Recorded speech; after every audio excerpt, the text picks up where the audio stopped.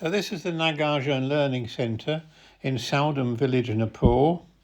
In 2019, I had a trekking trip in Nepal, and I met a young couple who were wanting to build learning centres to replace the schools in some of the villages which were very poor and where the school had been damaged by the 2015 earthquake. So anyhow, I funded the construction, and then I paid running costs for a few years.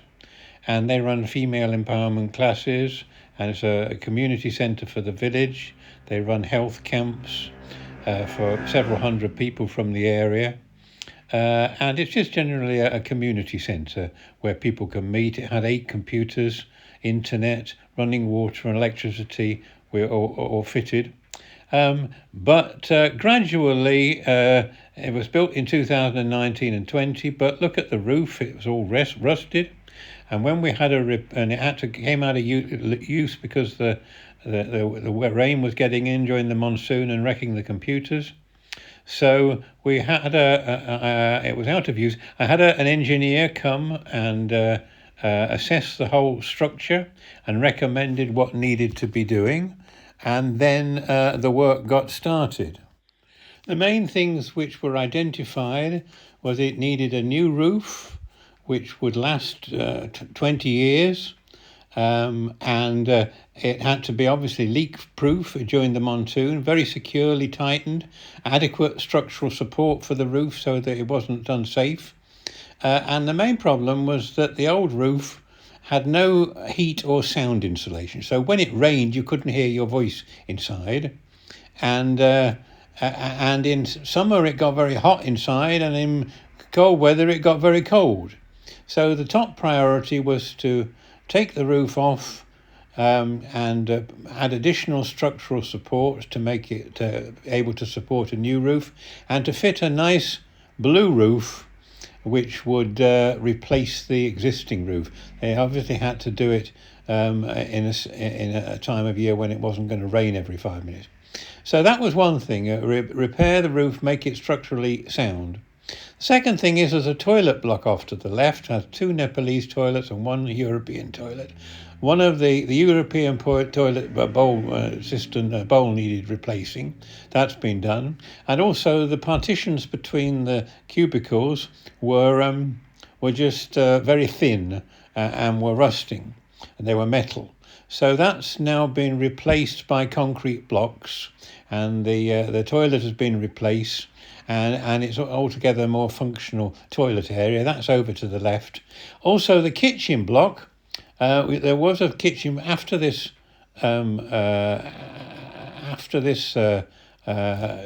Photograph above was taken. They built on a kitchen, but it was a very temporary job, and it had a much lower roof, a much too lower roof. So what the engineers wanted to do is to extend the new roof so it covered the kitchen block, and to construct a proper kitchen at the end. That was one thing. So they wanted to refurbish the toilet block, refurbish and redesign the kitchen area. They also, at the front, it used to be grass and get very muddy. They wanted to give that a hard surface, which they did. They also wanted to touch up some damage to the walls and artwork which had been done by the leaking from the roof in the monsoon. Oh, the other thing on the roof, as well as the sound and the heat insulation, they wanted to they wanted the place to be vermin-proof. Rats were getting in, snakes were getting in, and they wanted to be able to stop that. Another thing in the roofing is that they needed guttering. The monsoon rain is very heavy, and in this structure, which you can see, there were no gutters, so that it didn't adequately get rid of the rain. So the new roof they put on, you will see, was high quality, heat insulation, sound insulation, designed to last a long time, 15 to 20 years. And to have a very good guttering. The other thing that you'll notice is that the windows don't have glass in them, so it makes it rather cold inside. So now aluminium windows and doors have been fitted making the whole structure much more pleasant. People can stay the night there now, guests to the Learning Centre. Now I'm going to show you the building materials arriving on site after I'd accepted the quotation. Access is very difficult. You'll see the struggle that the lorry has, and then you're going to see them working on the building, doing the roof and the toilet block and the paving the front or making the front into a hard surface, and then finally doing the windows. And finally, you're going to see a drone footage of the whole building so that you can get a good idea of what the building looks like now and the area of Nepal in which it's situated. So on this map of the Himalayas, you can see Everest over on the right. In the middle, you can see Kathmandu. And then on the left, you can see Saldum Village, which is where the Learning Centre is, and the nearest city, which is called Dading Besi. So Everest on the right, Kathmandu, the capital of Nepal, in the middle, Dading Besi, the nearest city to the Saldum Learning Centre, and Saldum Village. So Saldum Village is in the foothills of the Himalayas. So what does it look like? Very, very, very beautiful. It takes 4 or 5 hours to drive along unmade up roads to get near to the village, and then it's about a half an hour walk to the village. That isn't very good roads, so just a path. You'll see in a few minutes how difficult it is for big lorries to get materials to the site. About 150 people use the Learning Centre. Some of them are willing to travel quite long distance, so it may be 200 people who are willing to have a long walk of a couple of hours to get there to use the facilities. But it's a very poor area. The average sort of monthly family income is about less than $50, maybe only $30. It's a very difficult road from the city, unmade up, and it has landslides and floods and all sorts of things. It's extremely difficult. This lorry is bringing materials for the refurbishment. It's bringing roofing materials and building materials. And I'm surprised they ever got it moving at all. It doesn't look as though it's going to move.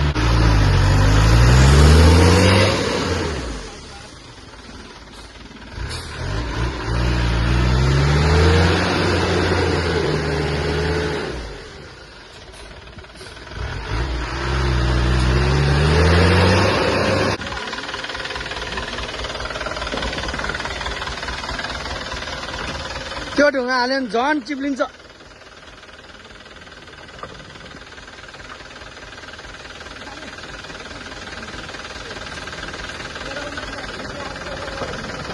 ल ल बल गर्यो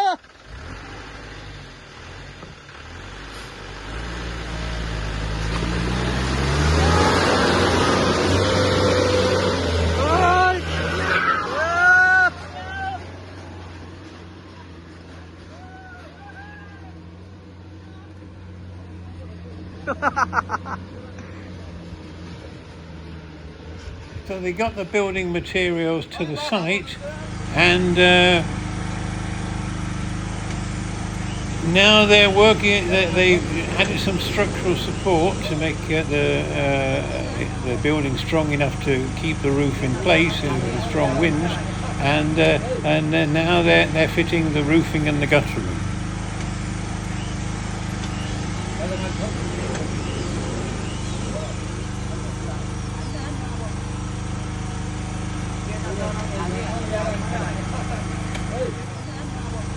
So the kitchen used to have a roof that was lower than the main building. They've now made the kitchen have the same roof height as the whole building. Eventually they will close in that kitchen area so it's like a room, and they'll have windows. So they're still working on that. They're doing a little bit of external redecoration to remove water damage, which was caused by the roof leaking and not draining properly, having no gutters. So there's a specialist company here at the moment who is fitting aluminium windows. They did the measuring up, and they've got the materials on the site now. So for the first time, it's going to have proper windows so that the inside can be in a more controlled environment and rodents and things can't enter. Hello.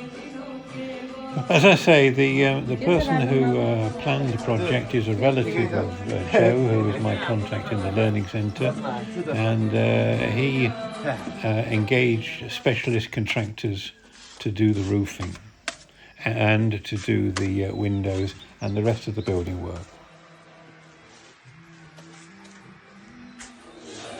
Now they're working on doors inside the building.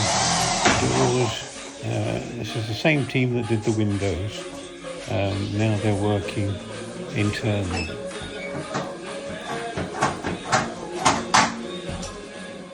So they're unloading more windows from a van.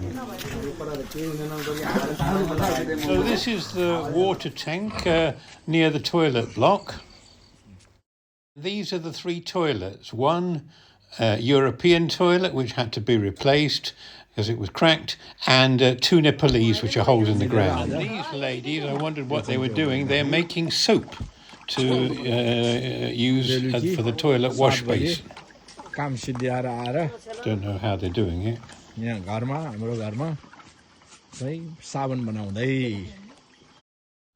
And this was the European toilet which needed to be replaced because it was broken. So now you can look at some photographs of the Learning Centre from different directions, and then you can see the beautiful countryside around it and the artwork on the side of the building. It's got a little bit of tidying up to do at the front where the building materials haven't been completely cleared away. And then it will move on in a minute to drone footage, which will give you a good idea of the different views of the Learning Centre, sides, front and back, and also the surrounding countryside. 3 minutes of drone footage. So the Learning Centre is really serving as a community centre.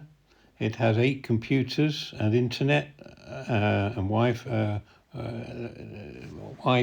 obviously, and it's used mostly by young people and working age people. Old people use it as a community centre. They have meetings there. There's a women's group, a female empowerment group.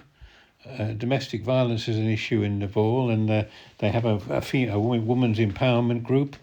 They come and play cards, and they socialise. Twice a year they run a health camp where some local doctors come and give free medical and dental care to the people. Some pharmaceutical companies also donate free medicines for the health camp. Perhaps 150, 200 people come to the health camp, and some of them walk for 2 or 3 hours to get there. In fact, to get to the Learning Centre, some people have to walk an hour or 2 hours. In the winter, they have a couple of sessions when they give out warm winter jackets to the kids. A company that makes clothing for the military donated them a load of clothing, so they usually give them out warm clothes. It does get quite cold in winter. So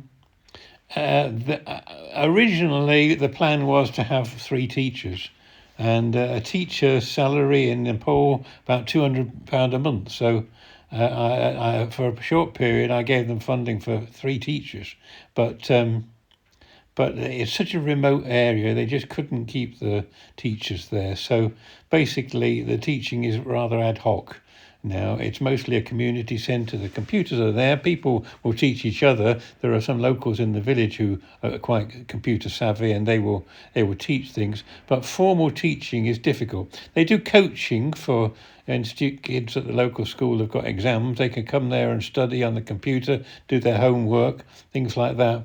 But formal teaching has been difficult. Originally, my 2 friends lived there, but now they've got a baby and they have to live in Kathmandu. So I have to leave it up to them to organise the teaching and the day-to-day programme of the Learning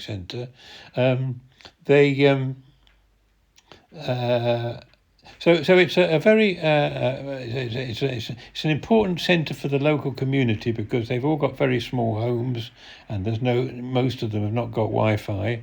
So having a learning centre in the village is an asset. And I was very disappointed last year when I was told that because the roof was leaking, they'd got to pause use of it because the computers were in risk of getting damaged, and also that the roof wasn't safe. It needed some structural modifications to make it safe. So I'm very glad that it will be back in use very soon, and hopefully it will be able to start activities again. So I've just remembered a nice activity they did. They have 3 sewing machines, and they got 3 ladies came to teach about a dozen of the women sewing classes. They also have a group who they collect local herbs and spices and package them up so they can sell them in the local city. As I say, I would call it a community centre with learning. It's not a school. They're going to have another go at getting recruiting teachers. Every year, some student volunteers, often scouts, come from Europe, and they do a little bit of teaching, particularly on the computers. But as I say, I wanted to leave them with a nice functional building with a good roof and a little bit upgraded, free of rats and snakes.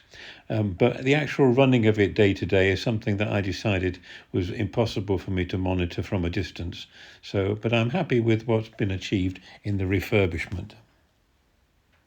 There's no doubt about the fact that it's popular with kids in the evenings, particularly the computers, and it's a social centre where they meet, and they can do their homework there, and often they can find somebody to help them with their homework.